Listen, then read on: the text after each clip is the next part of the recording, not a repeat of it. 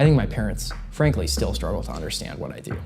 When I started, I told my parents, like, hey, I got this job. And they said, what are your coworkers like? And I was like, well, there's only 2 of them, but they're great guys. And they're like, well, what's the office like? And I was like, well, it's an apartment. And they were like, well, at least you're getting paid, right? And I said, well, I'm getting paid in this cryptocurrency called Bitcoin. And they were like, wait, is this like legit? Cryptocurrency is basically digital money that is outside the control of any central government or bank, and the best known form of it is Bitcoin. Since Bitcoin's start in 2009, it and other cryptocurrencies have evolved, and some now believe they are on the cusp of fundamentally reshaping money as we know it. Olaf Carlson Wee is a leader in this new industry.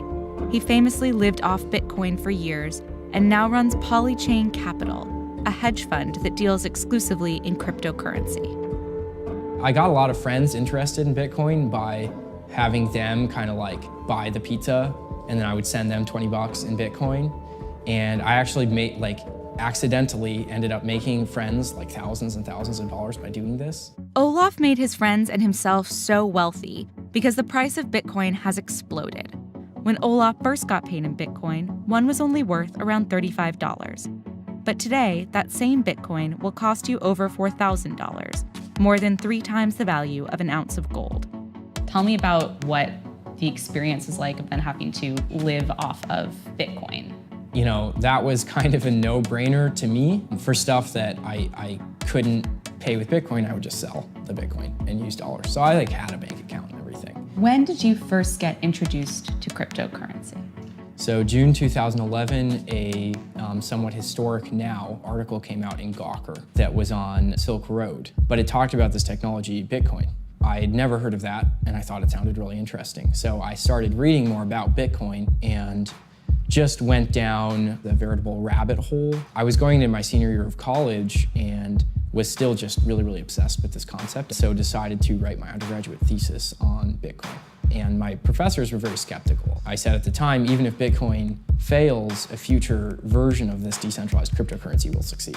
After college, Olaf went on a kind of Jack Kerouac-esque journey, road tripping around the country and working as a lumberjack before landing in Oakland. Soon, he got a job at Coinbase, then a small cryptocurrency startup, where he famously took his entire salary in Bitcoin. All I had was like a bunch of really nasty lumberjack stuff. So I had like this sap-covered sweatshirt. And so on the way to the interview, I stopped and picked up some nice clothes and put them on and tearing off the tags while I'm walking over there.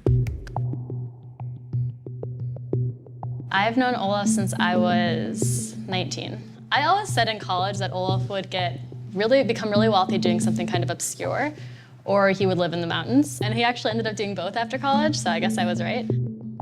I came into school in 2008 at kind of the financial crisis.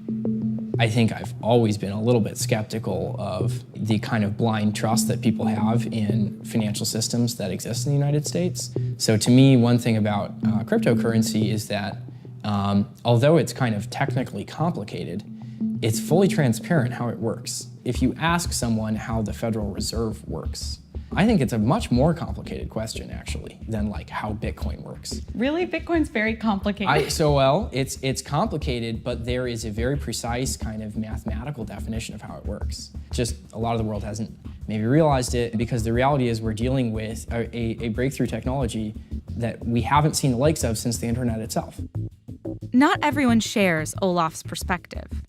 Many think that we are in the midst of a cryptocurrency bubble, with rising prices fueled by rampant speculation. But Olaf says he still has faith in the underlying technology. What's exciting are the types of applications that today sound sort of sci-fi, but I think could actually be really viable in the future. Think about a self-driving car. I could imagine a future where self-driving cars aren't owned by anyone. They actually own themselves. And the software that's on that car can hold, cryptocurrency.